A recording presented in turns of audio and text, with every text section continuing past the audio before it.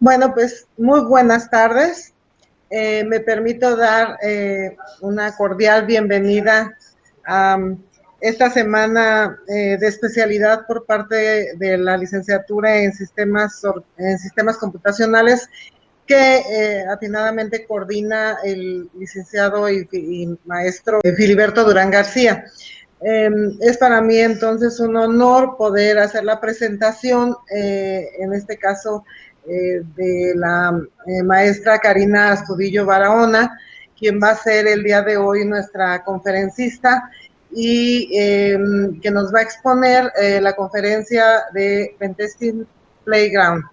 Es una conferencia que tiene directamente mucho que ver con todo lo que es la seguridad cibernética, así es como me lo explicó el licenciado Filiberto, y bueno, pues es un tema de mucho interés y sobre todo de una persona con muchos estudios, con mucho talento, con mucha experiencia.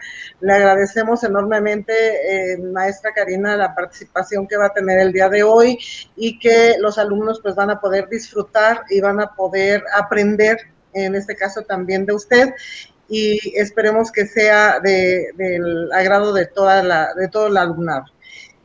Ahora lo hacemos por estos medios debido precisamente a la pandemia, que todavía no estamos en conclusión, ¿no? Como para poder decir que ya vamos a manejar todo presencial. Sin embargo, este medio creo que ha sido muy favorecedor para poder estar en contacto con los alumnos y para que los coordinadores a su vez puedan organizar y no dejar de hacer lo más importante, que es proveer el aprendizaje a los estudiantes. Entonces agradezco mucho también al licenciado Filiberto Durán por la invitación, y bueno, pues enhorabuena que todos los que participan, el ingeniero Asato, el ingeniero Carlos Alberto García Gaona, la ingeniera Patti, pues que todos disfruten también el día de hoy esta gran conferencia. Muchísimas gracias, maestra, y bueno, pues la recibimos con un gran aplauso. Pues el aplauso nada más viene así, para que no hagamos ruido, pero muchísimas gracias. Adelante. Muchísimas gracias a ustedes también. Muy amables. Muchas gracias por la invitación. Permítanme compartirles la pantalla. Maestro Sigfrido, en general, ¿cuál es su trayectoria de la maestra Karina, por favor? La maestra Karina Astudillo es ingeniero en computación, tiene más de 20 años como docente y como experiencia dentro de las tecnologías de la información. Tiene una maestría en la administración de empresa y cuenta con varias certificaciones internacionales. Además de contar ahora ya con su academia educativa para promover la cuestión del pen testing, aunado a su empresa que tiene de consultoría en cuestión de la información, aparte de publicar varios libros de los cuales han sido bestseller por parte de Amazon en cuestión de seguridad informática, hacking y lo que es en emprendimiento.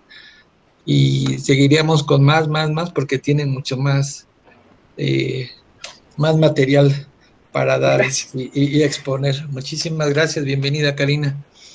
Muchísimas gracias a ustedes por la invitación. Les agradezco muchísimo por brindarme este espacio. Para mí pues ha sido de mucho agrado recibir la invitación de Sigfrido. Les agradezco por la presentación. Muchas gracias a Silvia por la bienvenida y pues vamos a dar inicio a la charla.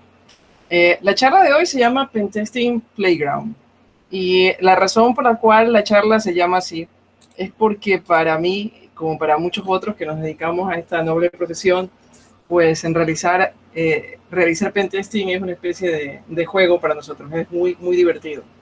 Y nada mejor que trabajar en algo que a uno le gusta y que a uno le divierte, porque no se siente como trabajo. Entonces, una de las cosas que les quiero comentar acerca de esta charla es que pues el objetivo de la misma es contarles acerca de cuáles son los requisitos que debemos tener para poder armar un laboratorio en casa que nos permita practicar temas de pruebas de intrusión o de hacking ético. Porque pues uno de los motivos por los cuales a los alumnos o a la gente que recién está tratando de incursionar en esta área se les dificulta poder avanzar es justamente el hecho de no contar con laboratorios para poder practicar. Y hoy en día, pues en realidad contamos con muchas ventajas que no se tenía hace años atrás.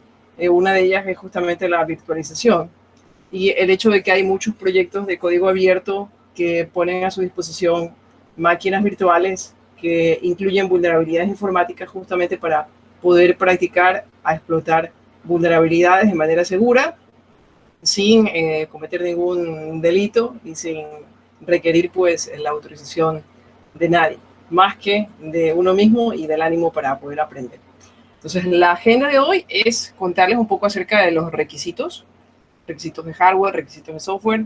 Les voy a comentar una topología tanto a nivel lógico como a nivel físico para un laboratorio básico y para un laboratorio avanzado. ¿Cuánto es el presupuesto estimado para poder armar este laboratorio de hacking? Y luego de eso les voy a comentar brevemente algunos hacking frameworks que pueden utilizar para realizar sus pruebas de intrusión, algunos recursos adicionales y luego de eso pues vamos a abrir el foro de preguntas y respuestas. Entonces trataré de ser breve porque me dijeron que tenía media hora para la charla. Si quieren saber un poco más de mí, pueden entrar a mi página web personal que es carinastudillo.com. Bueno, el requisito para montar un laboratorio de hacking en casa es que cumpla con las 3B, que sea bueno, que sea bonito y que sea barato, porque de lo contrario, pues en realidad va a ser difícil que lo pueda implementar, sobre todo un chico de colegio, un chico de universidad, que tal vez no cuente con los recursos económicos para poder comprar equipos físicos. Entonces, en aras de cumplir con estas 3 características, el diseño que hemos hecho para la topología del laboratorio básico es esta que ven ustedes aquí. Es una red plana donde tenemos una estación de hacking que está montada con un sistema operativo Kali Linux, una estación Windows que hace las veces de víctima, un servidor Windows que hace las veces de víctima, un servidor Linux para ser víctima justamente, y un Wi-Fi router justamente para probar las pruebas de hacking de redes inalámbricas. Ahora, esta topología que aquí pues es sencilla, pero que uno podría pensar que podría ser costosa, es muy fácil de implementarla si utilizamos virtualización. La topología para los laboratorios avanzados requiere que en cambio tengamos equipos adicionales, que tengamos, por ejemplo, dispositivos de networking como routers, que tengamos dispositivos como firewalls, que tengamos segmentación entre las redes, para poder justamente probar técnicas avanzadas de pruebas de intrusión, como son los mecanismos de evasión de firewalls, evasión de sistemas de detección y prevención de intrusos. Entonces, por lo tanto, esta topología también se ve un poco más sofisticada, pero si nosotros utilizamos emuladores, pues vamos a ver que todo eso lo podemos armar tranquilamente usando simplemente un computador y software. Entonces, la topología física del laboratorio básico se puede implementar solamente con una laptop que tenga los suficientes recursos de hardware y software, utilizando un software hipervisor, que puede ser el software hipervisor de su preferencia. Ya vamos a ver cuáles son las opciones. Y pues aquí podemos montar las máquinas virtuales, tanto la estación de hacking, que sería un Kali Linux, como las estaciones víctimas, que podrían ser máquinas Windows, máquinas Linux, y bueno, eso sí, habría que comprar un Wi-Fi router. Pero hoy en día los routers inalámbricos pues han bajado muchísimo de precio. No sé cómo estén en México, pero por ejemplo en Ecuador, en alguna de estas tiendas mayoristas de computación, se pueden conseguir routers Wi-Fi desde $30 más o menos, que no es algo tan caro. Y lo interesante es que este hardware que ven aquí, esta estación, puede ser un PC, puede ser un Mac, el sistema operativo host puede ser cualquiera, puede ser Windows, puede ser Linux, puede ser macOS, el que ustedes prefieran, con el que se sientan más cómodos. Y el lab avanzado, lo que vamos a hacer va a ser simplemente a la configuración anterior agregarle un emulador de redes que podría ser GNS3, aunque no es el único emulador de redes disponibles, pero es uno que me gusta porque es open source y es un proyecto pues que tiene muchos años de de trabajo, ya tiene bastantes años este simulador de redes y soporta para emular equipos de las marcas más representativas, como por ejemplo Cisco Systems, Juniper, entre otros. Ahora, ¿qué características debería tener nuestra máquina portátil, nuestro host, para poder tener todas esas máquinas virtuales ejecutándose en un solo equipo sin tener problemas de rendimiento, sin que se torne lenta la computadora, sin que sea difícil para nosotros poder practicar? Pues lo básico es que debería tener al menos un procesador. El procesador es lo más importante. El procesador debe ser rápido. Por esa razón les recomiendo cuando menos un Core i7 o su equivalente en AMD. O por supuesto, si pueden y tienen las posibilidades de comprar un procesador superior, como por ejemplo el Core i9, que ya está disponible hace algún tiempo, pues sería preferible. Lo mínimo que recomiendo es 8 GB de RAM para el laboratorio básico y 16 GB de RAM para los laboratorios avanzados. Y aparte de eso, pues si su computadora tiene un chip de video aparte, lo ideal sería que tengan al menos 4 GB de memoria de video para los laboratorios básicos y 6 GB para los laboratorios avanzados. Sin embargo, esto tampoco no es obligatorio. De hecho, hay algunos procesadores que ahora incluyen dentro de como parte de la memoria RAM, tienen una memoria que es mucho más rápida, que permite tener ahí mismo la memoria de gráficos. Entonces va a depender de la tecnología del computador que compren.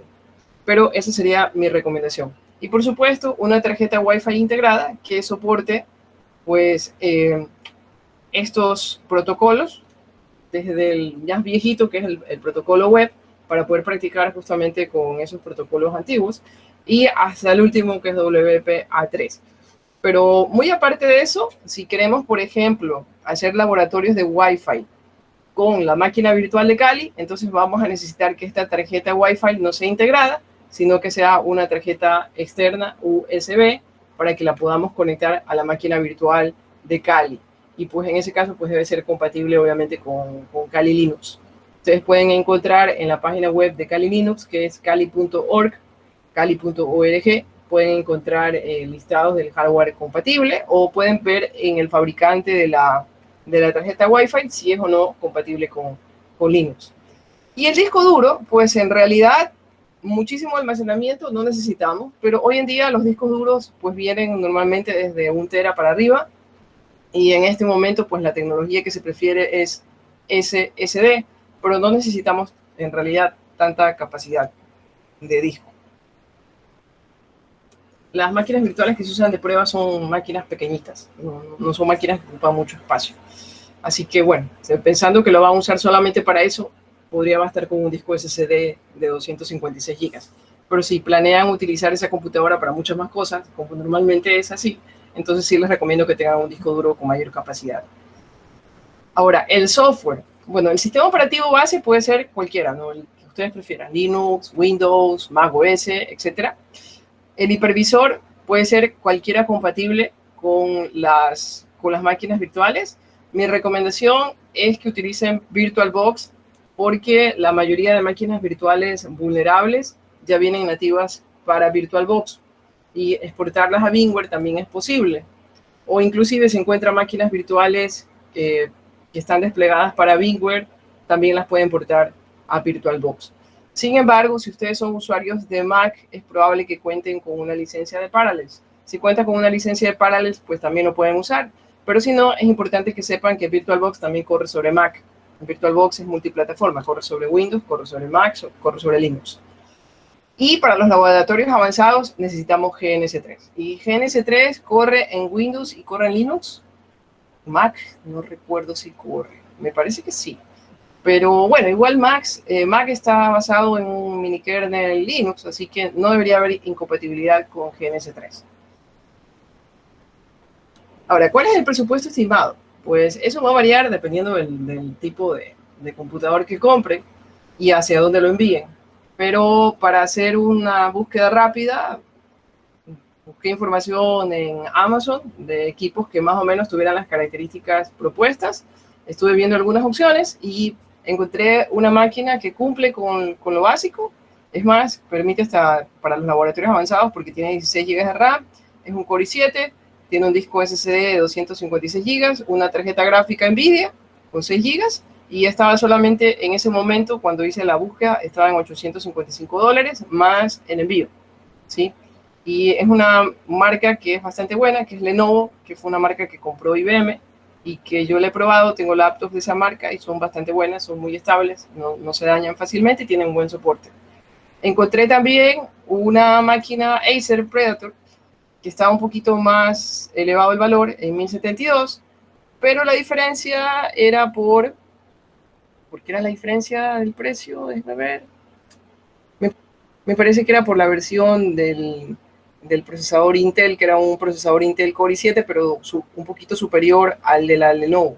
Entonces, por eso la diferencia en el precio. Y luego, para aquellos que son fans del gaming, pues de pronto utilizan una computadora que les sirva de una vez para gaming, y pues encontré una Alienware, que esta es más grande, 17 pulgadas, con un Core i7 así mismo de nueva generación, con una NVIDIA de 6 GB y con un disco adicional de 1 tera, con el soporte para Optane en el procesador para hacer que la lectura del disco sea más rápida, y con 16 GB de RAM, y este estaba más o menos en $1,200.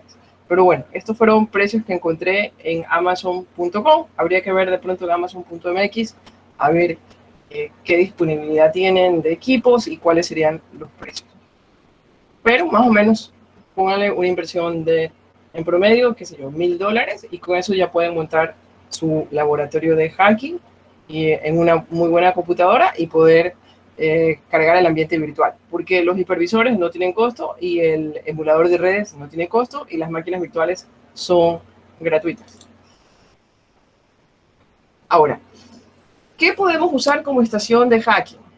Bueno, mi propuesta es Kali Linux. Este es el sistema operativo que a mí me gusta utilizar como estación de hacking.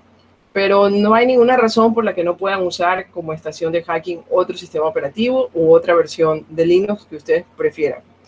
Yo tengo incluso amigos que hacen bounty hunting, que se dedican justamente a hacer temas de hacking, pero por paga, por premios, en plataformas como por ejemplo Badcrowd, HackerOne, etc. Y algunos de ellos usan Linux y otros usan Mac como sistema operativo base. De hecho, tengo un amigo que es muy bueno, se presenta a veces en DEF CON, en el Black Hat, y el sistema operativo base de él es Mac OS.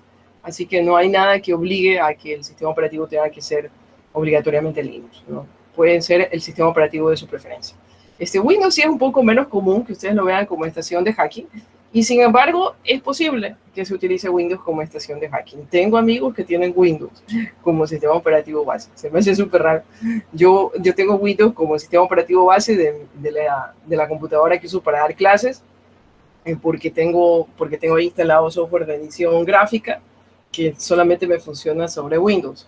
Pero la estación que utilizo para hacer hacking tiene instalado Linux. Pero tengo amigos que tienen montadas herramientas de pentesting sobre Windows, así que es posible. No tienen por qué descartar el sistema operativo. Ahora, si utilizan Linux como estación de hacking, hay múltiples opciones de plataformas, de flavors que pueden usar. Por ejemplo, aquí a la izquierda, en la parte superior, está Kali, pero acá en medio pueden ver Parrot, que es otro sistema operativo que lo he probado, muy bueno, muy interesante. La interfaz gráfica es muy amigable, tiene muchas herramientas integradas, se siente bastante rápido, no se siente cargado. Para aquellos que son más fans de usar todo en línea de comandos, pues está el Black Arc, que tiene una interfaz menos amigable, pero que asimismo es muy poderoso en cuanto a las herramientas que vienen integradas. Está, por ejemplo, Backbox, que tiene una interfaz gráfica bastante amigable basada en Ubuntu. Está Wignet, que este es el que antes se llamaba Wikerdam, ¿sí? Y hay, por ejemplo, plataformas virtuales para hacer pruebas, como por ejemplo el Samurai Web Testing Framework, que es un appliance virtual que contiene aplicaciones vulnerables para practicar hacking web. Y hay muchas otras más, ¿no? Hay muchas otras distribuciones. Estas son apenas unas cuantas. Esta es una comparación, un cuadro de comparación que hice entre 5 distribuciones, que son justamente las que les nombré previamente.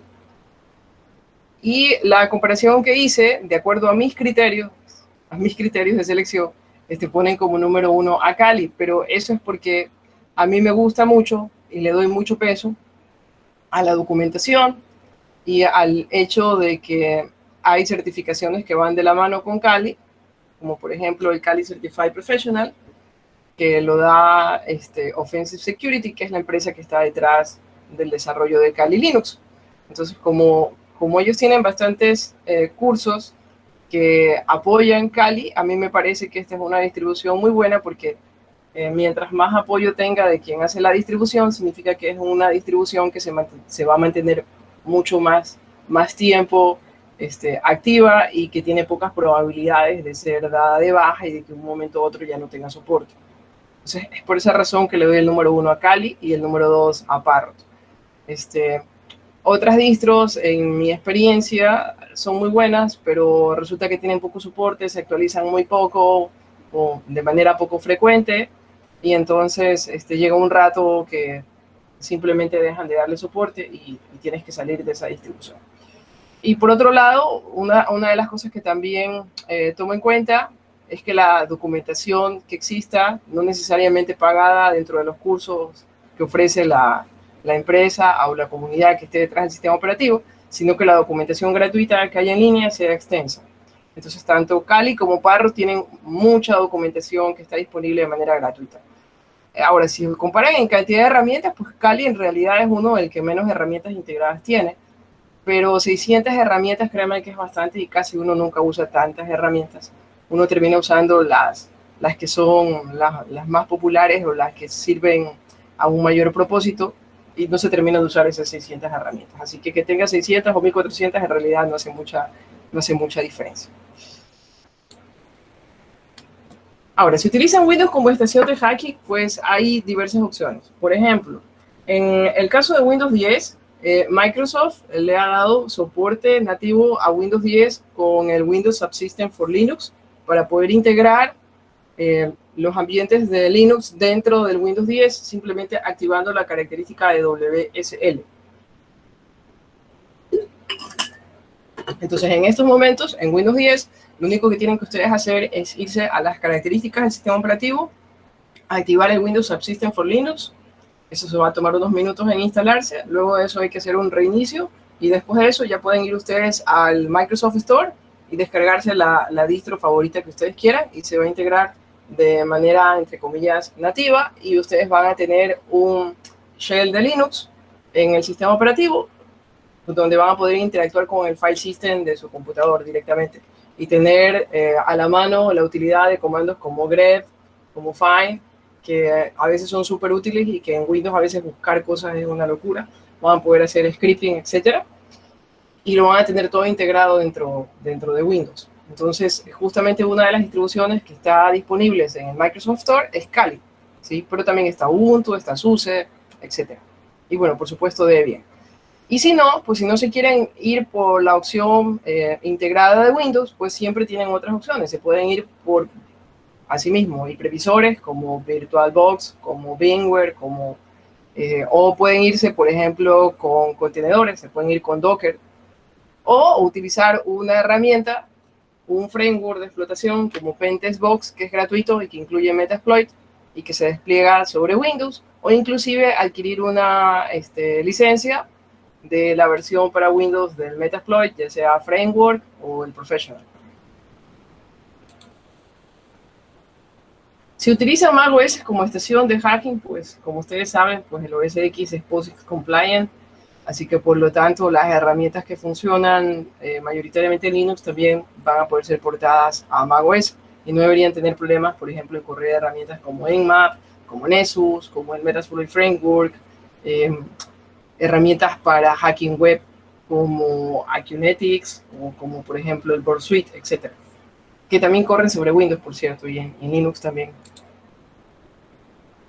Y bueno, estos son algunos de los hacking frameworks que no son nada más que herramientas para hacer explotación, para correr exploits De hecho, una de las definiciones de un hacking framework es que no solamente permite explotar vulnerabilidades, sino que viene desde más atrás, desde las primeras fases del círculo del hacking. Es decir, que ustedes con un framework de hacking deberían poder hacer desde reconocimiento, pasando por escaneo, haciendo enumeración con analizadores de vulnerabilidades, hasta explotar vulnerabilidades e inclusive generar algún tipo de reporte. Frameworks abiertos, open source, pues tenemos el Metasploit Framework, que es quizás uno de los más populares. Tenemos Pentext Box, que este corre solamente sobre Windows. Interfaces gráficas para el Metasploit Framework como Armitage y Cobalt Strike. Y de ahí tenemos pues los frameworks profesionales, comerciales, pagados, como el Metasploit Professional, la versión profesional de Metasploit, que tiene un costo más o menos de... La licencia estaba como por $29,000 para IPs ilimitadas. Es licencia perpetua, y de ahí lo que se hace es renovar la suscripción anualmente. El valor de renovación de la suscripción es más o menos como el 30-35% del valor de la licencia, y se renueva cada año. Pero esto da a la empresa que adquiere la licencia, pues le da actualizaciones, les da nuevos plugins, cualquier plugin nuevo que saque la gente de Rapid7, que es la empresa que está detrás del Metasploit, pues se va a poder actualizar automáticamente en la herramienta. Entonces, si ustedes trabajan para una empresa que se dedica a hacer temas de pentesting, pues en esas empresas, para automatizar ciertas tareas y ahorrar algo de tiempo cuando se está haciendo pentesting con múltiples consultores y para múltiples empresas, pues se suelen utilizar estas herramientas profesionales que permiten parametrizar, seleccionar qué módulos uno quiere correr, cuáles no, deshabilitar, por ejemplo, aquellos que podrían causar algún tipo de malestar al cliente, como alguna denegación de servicio, etcétera, deshabilitar los módulos peligrosos y habilitar aquellos que no puedan causar algún inconveniente de manera automática para ahorrar algo de tiempo durante el pentesting y luego poder generar un reporte a partir de eso. Entonces, una de esas herramientas es el Metasploit Professional, que ya les comenté el valor de la licencia. De ahí tenemos, por ejemplo, el Core Impact, que lo hace la empresa Core Security. La licencia base para IPs ilimitadas está más o menos en alrededor de $40,000. Es una licencia asimismo perpetua. Y luego de eso lo que se hace es pagar una renovación anual, que más o menos es un 30% del valor de la licencia. Del valor de la licencia. Y de ahí tengo el Immunity Canvas, que es otra solución que también es profesional. Esta licencia es un poquito más económica. La licencia a 3 años para IPs limitadas está alrededor de los $11,000. Y asimismo, pues luego de eso lo que se hace es, después de los 3 años, renovar otra vez, ya sea anualmente o asimismo por otro pack de 3 años para tener derecho a recibir las actualizaciones de los plugins. Y también pues, es una herramienta que permite generar también reportes. Cobalt Strike es la versión pagada de Armitage, que se monta sobre el Metasploit Framework, no sobre la versión profesional, sino sobre la versión abierta, sobre la versión open source. ¿Qué es lo que agrega Cobalt Strike para que se convierta en una versión pagada? Pues la capacidad de automatizar los exploits, de poder hacer ejecución automática de exploits y poder hacer pivoteo. Cuando, por ejemplo, se compromete un host interno, a partir de ese host interno, poder escanear a los otros hosts que están detrás de él de manera automática. Esto es lo que agrega Cobalt Strike, y por eso la licencia de Cobalt Strike está más o menos alrededor de los $2,400. ¿Sí? Ahora, por supuesto, si ustedes están armando un laboratorio de hacking para empezar, pues no van a comprar licencias de software profesional. Eso ya se hace cuando uno tiene una empresa que se dedica a eso y tiene múltiples clientes y tiene múltiples consultores y se hace esto de manera profesional. Entonces ahí tiene sentido pagarse una licencia de $29,000, $11,000 o $40,000. Pero si recién estoy aprendiendo, pues lo lógico sería que utilice las versiones open source de las herramientas como el Metasploit Framework, el Armitage, qué sé yo, el Pentext Box, etc. Y para practicar puedo utilizar muchas máquinas víctimas que a propósito son vulnerables y que están disponibles para descargarlas de manera gratuita. Entonces, un proyecto bastante conocido es el proyecto Metasploitable, que apareció con la primera versión, que era el Metasploitable 1, luego Metasploitable 2, y ahorita pues está disponible también la versión 3. El Metasploitable 2 es una máquina Linux vulnerable y el proyecto Metasploitable 3 son dos máquinas vulnerables, una Linux Ubuntu y otra Windows 2008 Server. De igual manera, hay muchos proyectos como por ejemplo BoonHub, donde siempre se están publicando máquinas vulnerables y distintos desafíos para poder practicar. Y si quieren practicar con sistemas operativos Windows actuales, pues hay varias opciones. Si su universidad, por ejemplo, está suscrita al programa Microsoft Imagine, entonces posiblemente ustedes ya tengan acceso para poder descargarse licencias legales de sistemas operativos Windows de escritorio y Windows Server, aparte de licencias de Office, de Microsoft Office 365. Pero si su universidad no está suscrita al programa Microsoft Imagine, pues una forma de darle la vuelta a esto y conseguir licencias legales de Windows para practicar es unirse al developer de Microsoft, al club de developers de Microsoft. Si uno se une al club de developers, pues Microsoft, una vez que aprueba la cuenta, les permite a ustedes descargarse máquinas virtuales de prueba con licencias para 90 días de las versiones actuales de sistemas operativos de Microsoft de escritorio y de Windows Server, gratuitamente, sin ningún tipo de costo. El único limitante es que dura 90 días la licencia de la máquina. Pero pues hay formas de poder practicar más tiempo y una de las opciones, legal por cierto, es sacar un snapshot y cuando expira la licencia, pues regreso al snapshot anterior. Al menos eso es lo que hacen mis alumnos. Ok. Otros recursos, si están interesados, por ejemplo, en probar aplicaciones web, porque están interesados en hacer bounty hunting para ganar dinero por reportar vulnerabilidades en aplicaciones web y unirse a plataformas como HackerOne, BadCrowd, Cobalt.io, etc. Pues aplicaciones como Buggy Web App o DAM, Vulnerable iOS Application, Game of Hacks, Hack the Site. Todos estos son recursos que les van a permitir a ustedes probar a hackear aplicaciones web, aplicaciones de móviles, a poder despertar sus habilidades de pentesting, y todas son gratuitas. Hay muchos otros sitios, por ejemplo, bueno, esta es mi academia particular, es un proyecto de mi empresa de Consulting Systems que lo sacamos justamente el año pasado en medio de la pandemia, en el mes de julio. A partir de marzo nos pusimos a trabajar en él y en julio hicimos el lanzamiento de Academia Hacker. Al momento estamos dictando 4 cursos. Estos 2 primeros son video cursos y estos 2 son cursos live online. El curso Hacking Night es justamente un curso introductorio para aprender la parte básica de cómo hackear, y ya el curso de Hacking Gladiator es un curso más avanzado para aprender técnicas de evasión. Y ahora justamente en el mes de julio se va a abrir Hacking Night.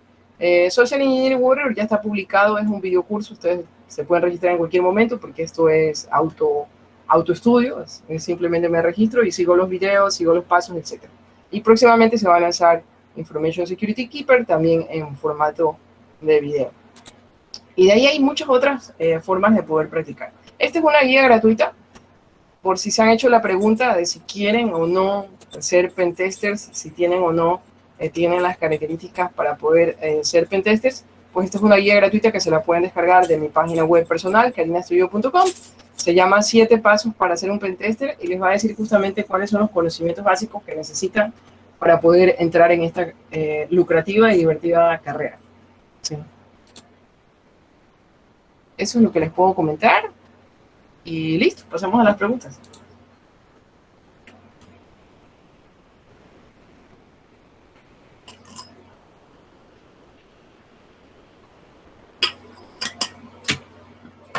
¿Qué preguntas tienen? Maestro Julio Asato, ¿nos puede hacer favor de dar lectura a las preguntas registradas en el chat? Sí, claro, por supuesto. Bien, preguntan que qué tamaño aproximado de máquina virtual se genera con un laboratorio completo.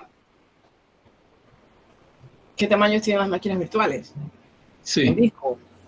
No, las máquinas virtuales no ocupan mucho espacio en disco. Son máquinas de 100 gigas, 40 gigas. No son muy grandes en realidad. Déjenme con todo, por si acaso. Déjenme ver si no estoy hablando tonterías, pero yo creo que no ocupa mucho espacio. A ver, le voy a hacer clic a mi carpeta de máquinas virtuales. Miren, en máquinas virtuales tengo como 300 gigas. en total. Y son bastantes máquinas virtuales. No es mucho lo que se ocupa en disco. Sí, maestro Astudillo, no sé si pudiera compartirnos los esquemas de inicio de la presentación, que algunos de los asistentes no pudieron estar desde el inicio. Entonces ahí creo que eso podría ilustrar un poco también pues lo que he estado explicando. La topología. Sí, exacto.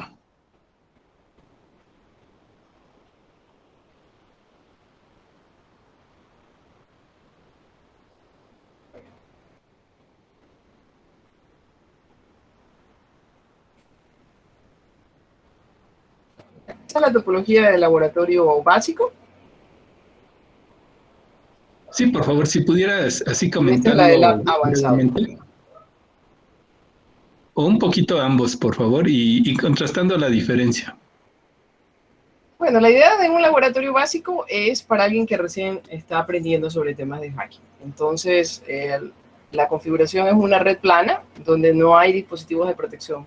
No hay o sea, se asume como que se está haciendo un pentesting interno o un pentesting externo en donde los equipos son alcanzables y no hay un dispositivo de protección intermedio que coloque algún tipo de dificultad para que se puedan explotar vulnerabilidades.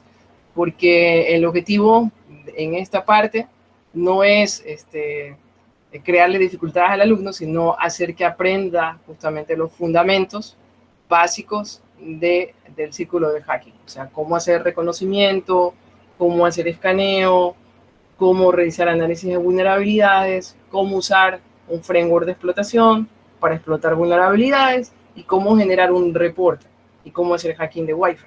Entonces, ese es el propósito del laboratorio básico. Entonces, esto se puede implementar básicamente con una laptop, con máquinas virtuales, conectadas entre ellas en modo Red NAT o en modo host only, en cualquiera de esas formas. Y ya luego el laboratorio físico avanzado es para los estudiantes que ya tomaron el curso básico, o sea, que ya cubrieron toda la parte básica, ya conocen sobre las herramientas, ya saben cómo efectuar reconocimiento, ya saben cómo hacer escaneo, cómo analizar vulnerabilidades, cómo explotarlas. Y ahora lo que se va a hacer es ponerlo más real, porque en un ambiente real de un cliente uno no se va a encontrar una red desprotegida. En un ambiente real de un cliente hay dispositivos de networking intermedios, hay segmentación, hay dispositivos de protección como firewall, como sistemas de prevención de intrusos. Y entonces el objetivo del curso avanzado es que los estudiantes, una vez que ya dominan la parte básica, aprendan a implementar técnicas de evasión para, a pesar de que haya dispositivos de protección, se puedan justamente escanear los equipos, detectar servicios, aplicaciones abiertas y poder explotar vulnerabilidades a pesar de que haya dispositivos de protección. Entonces, para implementar esto de manera física, lo que hacemos es agregar un emulador que puede ser el GNS3 o cualquier otro emulador, ¿no? Hay muchos otros emuladores de redes, pero GNS3 es uno de los más populares y es multiplataforma y por esa razón lo usamos, ¿sí? Sí, muchas gracias. Otra pregunta es sobre qué ventaja tiene el usar contenedores en lugar de máquinas virtuales. El uso de los recursos. El contenedor, por el hecho de que se integra y permite correr aplicaciones a nivel del sistema operativo host, consume menos recursos. O sea, me permite utilizar la totalidad de los recursos con los que cuenta el hardware. En cambio, en la máquina virtual, yo estoy restringiendo los recursos a los de la máquina virtual y a veces, pues, en realidad lo que estoy haciendo es subutilizando los recursos de la máquina virtual, pero cargándoselos al host y poniéndolo más lento. Entonces, en realidad, desde el punto de vista de rendimiento, es preferible usar Docker que usar un hipervisor. Pero, en cambio, estás ejecutando las aplicaciones a nivel del host, ¿sí? Y si hay alguna vulnerabilidad en el contenedor, entonces eso te podría afectar al host. Pero bueno, si es una máquina que usas solo para practicar, no hay ningún problema. Las máquinas virtuales, en cambio, están aisladas, ¿sí? sería súper difícil, no imposible, porque ha habido vulnerabilidades a nivel del core del hipervisor que han permitido que algo se escape de la máquina virtual, pero es bastante más complejo. Entonces, si hay una vulnerabilidad a nivel de la máquina virtual, si tienes bien configurada la comunicación con el host en modo, por ejemplo, host only o en modo NAT, pues eso no debería afectarte en la máquina host. Bien, también preguntan que qué nivel de conocimiento de Linux se recomienda. Lo que requieres es conocimientos básicos de Linux, ¿sí? De igual manera, yo les recomiendo leer mi guía 7 pasos para hacer un pentester, porque ahí les cuento en detalle todos los requisitos para poder empezar con los cursos de pentesting. Porque sí es cierto que en temas de hacking se empieza desde cero, pero requiero tener una base. Y justamente en cuanto a Linux, necesito la parte básica, es decir, saber instalar un sistema operativo Linux, saber utilizarlo, saber los comandos básicos de Linux, pero también necesito tener ciertos conocimientos de networking, necesito tener ciertos conocimientos de sistemas operativos, necesito tener ciertos conocimientos de programación. Entonces sí es importante cumplir con ciertos prerequisitos antes de aspirar a ser pentester. Sobre todo para poder hacerlo bien y aprovechar los cursos, porque si no, pues el profesor habla de una cosa que yo ya, asumiendo que yo ya debería saberla, y resulta que me quedo en las mismas porque no sé de qué me está hablando, porque está hablando de tal o cual protocolo, está hablando de subnetting, está hablando de direccionamiento IP, está hablando de, qué sé yo, de sliding windows de TCP, y resulta que no tengo ni idea de qué me está diciendo. Entonces, debo cumplir con ciertos prerequisitos para poder entrar a la parte de pentesting. Y eso es sumamente importante. Otra pregunta que ponen es que ¿qué tarjeta externa de red recomienda para el pentesting Wi-Fi? Cualquiera que sea compatible con Kali. Yo uso Alpha, también uso Baking, ¿sí? Pero en realidad cualquiera que sea compatible. Lo importante es que sea compatible, porque si no lo es, no vas a poder inyectar paquetes. Hay tarjetas que las reconoce el sistema operativo, pero solamente se puede conectar a una red Wi-Fi, pero no puede inyectar paquetes en la Wi-Fi. Entonces, esa parte es la importante, que sea totalmente compatible para que se la pueda poner en modo monitor, en un modo especial que se llama modo monitor. Sí, La mayoría de las alfa. Sí, adelante. No, tranquilo. Solamente les decía eso, que la mayoría de las alfas sí cumplen con eso. Preguntan que aproximadamente cuánto tiempo se requiere para vulnerar una contraseña WPA2. Pues la respuesta es depende. Depende del tipo de contraseña que haya puesto el administrador. Si el administrador puso una contraseña lo suficientemente larga y que cumpla con las características de complejidad, puede que nos tome días, semanas, meses, o que inclusive no esté simplemente en el diccionario y no se la pueda craquear. Pero si escogió una clave un poco más corta, de las que sí están disponibles en los diccionarios, ya sea comprados, descargados gratuitamente o generados por nosotros mismos, pues entonces craquear esa clave pues puede tomar una cuestión de horas, días o semanas, si es un diccionario muy grande y está justamente en los últimos lugares y solamente estamos usando una máquina para hackear.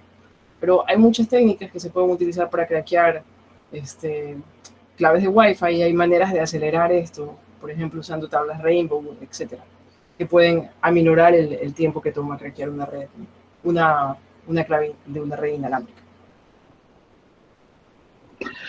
Y bueno, un poco con relación a eso, si nos pudiera, a nivel de usuario, digamos, convencional, darnos algunas pautas de seguridad, porque a veces pues se descuida uno bastante. Bueno, la mayoría de los usuarios somos bastante descuidados, para protegernos de forma al menos básica con este tipo de este tipo de tecnologías o de intrusiones.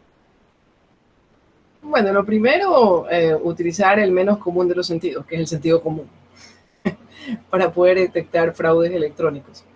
Muchas de los hackeos que ocurren y de los fraudes electrónicos que ocurren a nivel global no se dan por hackeos de vulnerabilidades en las aplicaciones, sino por hackeo a la capa humana de la red, es decir, por engaños de ingeniería social. Entonces, lo primero es capacitarse en temas de ciberseguridad para poder ser capaz de detectar engaños de ingeniería social, detectar, por ejemplo, correos falsos, poder darse cuenta cuando nos están tratando de hacer un phishing o nos están llevando a una página de baja reputación, una página falsa, etc. Entonces, en ese caso les recomendaría aprender sobre prevención de fraudes electrónicos. De hecho, justamente en la empresa tenemos un curso pequeño, súper chiquito, un videocurso que se llama Prevención de Fraudes Electrónicos. Eso está publicado en la página de consultingsystems.tech. Lo pueden revisar también. Y en el blog también tenemos publicada información así mismo con tips para poder evitar justamente ser víctima de estafas electrónicas. Eso es lo primero, estar pendiente de las ciberamenazas, no confiar en todos los correos que nos envían, no creer que porque dice provenir de Pepito Pérez, en realidad es Pepito Pérez el que nos está enviando el correo. Podría tratarse de un correo falso, de alguien que esté suplantando la identidad de esa persona. Tener un buen sistema de prevención, de protección de puntos finales, endpoint protection, es decir, no solamente un antivirus, sino una solución completa de protección de puntos finales, que no solamente permita detectar amenazas conocidas, es decir, antivirus basados en firmas, sino que también permitan detectar y prevenir amenazas desconocidas, es decir, aquellas que no existe la firma porque son nuevas, son de día cero. Entonces, ese tipo de soluciones no son tan sencillas como los antivirus convencionales, son un poco más sofisticadas porque utilizan técnicas de inteligencia artificial, sistemas expertos, machine learning, hacen análisis de comportamiento. La licencia es un poquito más cara que la de un antivirus tradicional, pero vale la pena porque nos ayuda justamente a poder detectar algún comportamiento anómalo que esté tratando de hacer algún proceso o aplicación en nuestro computador. Eso por un lado, y por otro lado, pues tener el sentido común de no meterse a visitar páginas extrañas y páginas raras, no descargar software de origen desconocido, pagar por las licencias del software comercial, no querer descargarse software pirata, porque el software pirata trae gratuito el malware que se instala en nuestro computador. Entonces, esos son algunos tips. Hay muchísimos más. Les recomiendo justamente el curso de prevención de fraudes electrónicos. Un poquito también en relación a eso, a veces se piensa que, por ejemplo, equipos con Linux son completamente seguros. ¿Qué tan cierta es esa creencia? No, eso es falso. Así como hay vulnerabilidades en Windows, también hay vulnerabilidades en Linux y a veces muy graves. Así que en realidad Windows es el que sale más en las noticias porque es el sistema operativo más usado. Tiene mucha más penetración, más usuarios que Linux, al menos a nivel de desktop. Pero no es cierto que por el hecho de que solamente sea Linux ya eso lo hace más seguro. Todo va a depender de cómo configuremos nuestro sistema operativo, ¿sí? Entonces, cualquier sistema operativo que sale de la caja no está completamente seguro. Es necesario efectuar aseguramiento del sistema operativo, aplicar técnicas de hardening, que se llaman, para poder hacer que ese sistema operativo sea más seguro y por supuesto, utilizar asimismo el sentido común para no abrir huecos en nuestro sistema operativo. Y una última pregunta, si se pueden montar las estaciones a vulnerar en la nube, ¿es posible manejarlo así? Sí, claro. Existen plataformas en nube como por ejemplo DigitalOcean, como el Amazon Web Services, donde podemos montar máquinas virtuales. Pero en realidad yo no les aconsejo a Amazon Web Services para eso, porque Amazon, por el hecho de que siempre está monitoreando los recursos que uno sube en nube, si Amazon encuentra, perdón, y se me está acabando la batería, tengo que conectarla. Pero bueno, como les decía, como Amazon está normalmente monitoreando los recursos de los clientes en nube, si encuentra una máquina vulnerable, es posible que recibamos algún tipo de alerta al respecto, porque no está pensado para hostear máquinas vulnerables, está pensado para hostear máquinas en producción, servidores. Entonces hay otros servicios que sí permiten tener este tipo de máquinas virtuales sin ningún problema. Uno de ellos es DigitalOcean, pero hay muchos otros más que pueden montar estos sistemas VPS, que se llaman Virtual Private Service, VPS. Bien, son todas las preguntas de momento. Muchas gracias. Maestro Filiberto, si gusta continuar. Muchas gracias, maestro Asato. Pues antes de hacer el cierre respectivo, pues agradecerle, ¿no?, por tan amable aportación. Pero me gustaría darle el uso de la voz al maestro Sigfrido, que es quien nos hizo el favor de gestionar esta grandiosa conferencia. Adelante, maestro Sigfrido.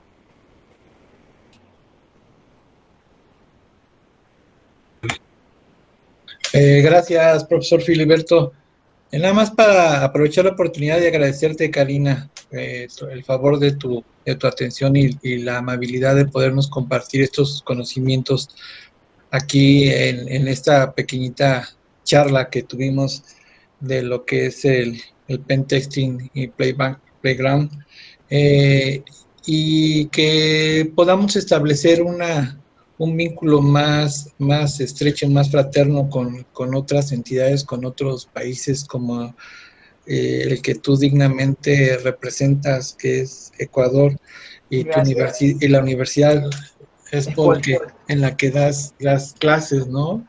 Y lo que nos alimentas también a través de tus libros y del conocimiento que nos compartes gratuito en tus páginas web y en lo económico que son los cursos o los conocimientos que nos da, y que sea una de las primeras conferencias que nos puedas dar, nos puedas impartir, y seguimos en contacto, Karina. Agradecerte, un fuerte abrazo, y por aquí Muchas seguimos, gracias. Karina, muchas gracias. Muchísimas gracias a ustedes. Les mando un abrazo grande y pues para mí un placer poder colaborar. Cuídense. Muchas gracias. Estamos en contacto. Sigfrido, si nos puede compartir, por favor, un reconocimiento que la doctora Silvia Macías nos va a hacer favor de dar lectura. Adelante, doctora Macías. Adelante, doctora. Bueno, pues antes de darle lectura al reconocimiento, agradecerle, reiterar el agradecimiento que está haciendo también Sigfrido a la maestra Karina. Muchísimas gracias, Karina, por la gran colaboración que tienes y disposición, ¿no?, para poder apoyar a nuestros estudiantes en saber un poquito más de otras cosas que regularmente no vienen en los temarios o en el plan de estudios. Entonces, sí, agradecerte especialmente por ese motivo, y bueno, que esperemos que no sea la última vez, ¿verdad?, que participas con nosotros, que estés, pues ojalá, muy en contacto con el maestro Filiberto, para que, bueno, pues continúen con esta gran gama de participaciones que enriquecen muy seriamente, de una manera muy particular a lo que es la Universidad del Centro del Bajío. Entonces, muchísimas gracias. A los estudiantes, bueno, pues espero que lo hayan disfrutado y que lo sigan disfrutando todavía el sábado, así como me lo comentó el maestro Filiberto.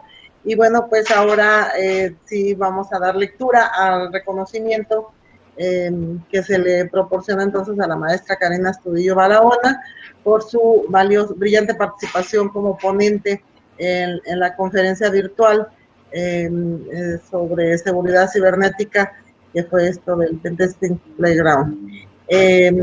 Lo firma el ingeniero Martín Jesús Vadillo Fons, que es el rector de nuestra universidad, que en nombre de él, pues también hago un agradecimiento especial a la maestra Karina, al maestro Filiberto por este gran desempeño y esta gran participación, y bueno, un saludo también muy cordial a todos los estudiantes de parte de él. Muchísimas gracias, maestra Karina. Gracias. Muchísimas gracias a ustedes. Un abrazo grande y pues estamos en contacto. Muchas Cuídense. gracias. Una Y buena bueno, tarde. continuamos ahora con la participación del maestro Filiberto para ver qué nos va a informar ya sobre el final de la charla. Vamos a pedirles de favor a todos los que gusten, enciendan su cámara para tomarnos una foto del recuerdo, porque esto es algo digno de conmemorar. Adelante, prendan sus cámaras, por favor.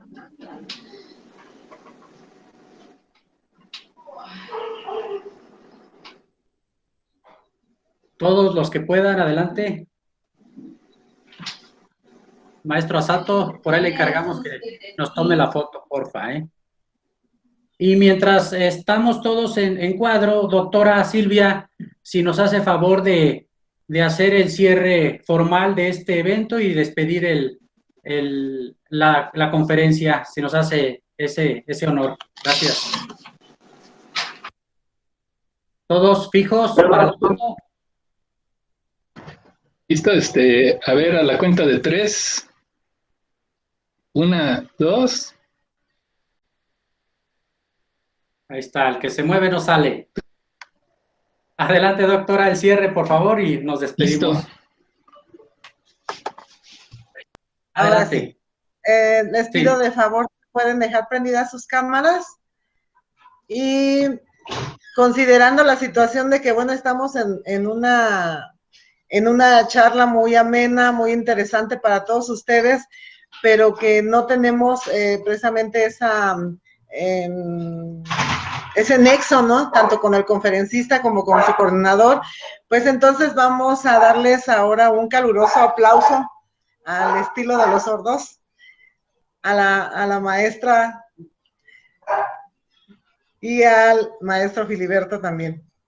Muchas felicidades y bueno, que sigan los éxitos y que sigas abasteciendo, maestro Filiberto, a los estudiantes de estas valiosas aportaciones, porque la verdad hay veces que aprendemos, yo creo que más de ellas que de otras charlas que no tienen tanto interés, ¿no?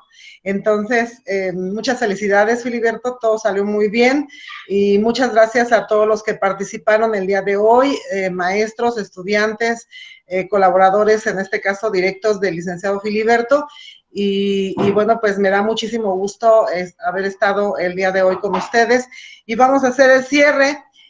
Vamos a considerar entonces la clausura, siendo entonces las 5 de la tarde con 4 minutos, así lo marca mi computadora, no sé la de ustedes. Declaro formalmente clausurado este evento, que fue una grandiosa y estupenda aportación por parte de la licenciatura en Sistemas Computacionales. Muchas felicidades.